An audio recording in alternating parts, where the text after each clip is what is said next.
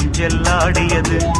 இதற்காகத்தானே அன்று ஒரு ஜீவன் வாடியது. மழைக்கால மேகம் ஒன்று மடி ஊஞ்செல்லாடியது.